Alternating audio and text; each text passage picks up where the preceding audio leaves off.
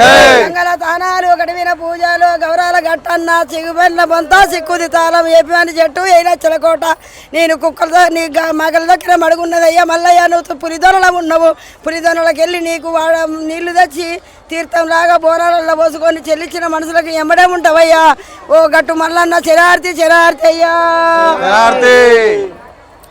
మనం చూస్తున్నాం మహాశివరాత్రిని పురస్కరించుకొని లక్షలాది మంది భక్తులు ఎక్కడి నుంచో దూర ప్రాంతాల నుంచి తరలి వచ్చి ఇక్కడ కంసీయ పర్వతం పైన గట్టుమల్లన్న స్వామి దేవస్థానం గుట్టపైన బోనాలు సమర్పించడం అనేది ఒక ప్రత్యేకత ఉంది ఇక్కడ. అయితే ఇక్కడ చూసుకున్నట్టయితే మీరు చూస్తున్నారు ఇప్పుడు లైవ్ విజువల్స్ కొంచెం జరగండి. ఇక్కడ బోనాలు సమర్పించుకొని నైట్ అంతా జాగారం చేయడం ఇక్కడ ప్రత్యేకత. అయితే ఇక్కడ ఒక పెద్ద ఫ్యామిలీ ఉంది ఇక్కడ మనతోని. వారి మాటలో ఈ యొక్క మహాజాతర గురించి స్వామివారి గురించి వారి మాటలో తెలుసుకుందాం ఒకసారి. అన్న చెప్పండి మీ పేరు. నా పేరు మహేష్ అన్న. మాది ఎక్కడి నుంచి అన్న? మాది కరీంనగర్ డిస్ట్రిక్ట్ శంకరపట్నం మండలం అంబల్పూర్ గ్రామం. ఏం చేస్తుంటారు అన్న మీరు? నేను అంబల్పూర్ ఉప సర్పంచ్. ఓకే చెప్పండి స్వామివారి గురించి ఈ యొక్క మహాజాతర గురించి మీ మాటల్లో. మేము ఒక సంవత్సరం మొదలుపెట్టి మళ్ళీ ఒక సంవత్సరం ప్రతి సంవత్సరం ఇక్కడ రావడం జరుగుతుంది. ఓకే మాకు వికారం ముట్టిస్తాం. ఓకే ఇక్కడనే మా తాత నుండి వస్తుంది ఇది, ఈ రోజు కాదు. ఎప్పుడు వడగొట్టలేదు, ఇప్పటివరకు ఎప్పుడు వడగొట్టలేదు. మేము కోరుకున్న ప్రతి కోరిక అనేది మాకు నెరవేరడం జరుగుతుంది. ఓకే అందుకని మేము ప్రతిసారి ఎవ్రీ ఇయర్ జాగరం ముట్టించి ఇక్కడ మొక్కుకొని మళ్ళీ తెల్లవారి కింద గంగాపట్నం గిట్ల వేసుకొని మంగళవారం రోజు మేము మళ్ళీ తిరిగి కూడా వెళ్ళి పట్నం కూడా వేస్తారు. ఇక్కడనే వేస్తాం. అన్ని వేసి తిరుగు ప్రయాణం చేయడం జరుగుతుంది.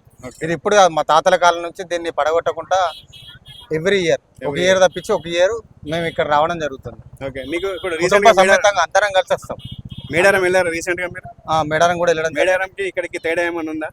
మేడారం కంటే ఇక్కడ ప్రకృతిలో ఉంటాం. ఓకే అక్కడ కూడా ప్రకృతి కదా, కానీ ఇక్కడ ఏంటంటే జాగారం అనేది ప్రత్యేకత. ఓకే కోరికలను నెరవేర్చడానికి ఈ దేవుడు మాకు బాగా నమ్మకం ఉన్నాడు. ప్రత్యేకత. ఏ కోరిక ఏ కోరిక మనకు నెరవేరుస్తాడు తప్పకుండా. దేవుని ఎప్పుడు వడగొట్టలేదు.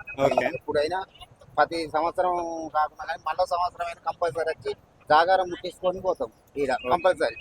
అది మా తాతల నుండి వచ్చింది అవకాశమే. ఇంకొకటి గంగపట్నం వేసుడు ఉంటది, గంగా పిల్లలు వదిలిపెట్టి ఉంటది. ఈ జాతర వచ్చేసి 3 రోజులు జరుగుతుంది. ఒక రోజు ఫస్ట్ రోజు వచ్చేసి గట్టు మీద జరుగుతుందండి. గట్టు మీద జాగారం ముట్టియడం జరుగుతుంది.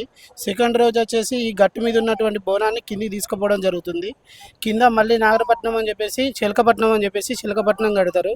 కట్టిన తర్వాత ఈ 2 బోనాలు తీసుకుపోయి గంగలో వదిలిపెట్టడం జరుగుతుంది. మళ్ళీ గంగపట్నం కూడా వేసి ఎవరైనా మొక్కుకున్న వాళ్ళు మేక పిల్లని కానీ ఏదైనా ఒక గంగల్నే వదిలిపెట్టడం జరుగుతుందండి. దారపిల్లను వదిలిపెట్టడం జరుగుతుంది. సో మనం మొక్కుకున్న ప్రతి ఒక్క మొక్కు నెరవేర్చుకోవడం వల్ల మనకు అనుకున్నది సిద్ధిస్తుంది కంపల్సరీ.